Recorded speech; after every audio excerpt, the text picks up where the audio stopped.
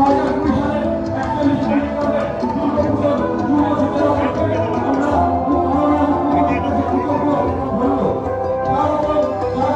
স্বাগতম। আজকে বন্ধ করা হয়েছে, আজকের দিনে বন্ধ করা।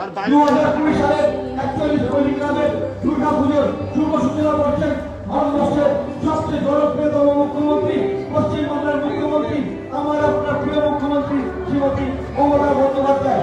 যার উপস্থিতিতে আমরা ধন্য, যার ছোঁয়ায় আমরা বহিত, যার ভাবনায় আমরা ভাবিত, যার কল্পনায় আমরা কল্পিত, যার উপস্থিতিতে আমরা ধন্য।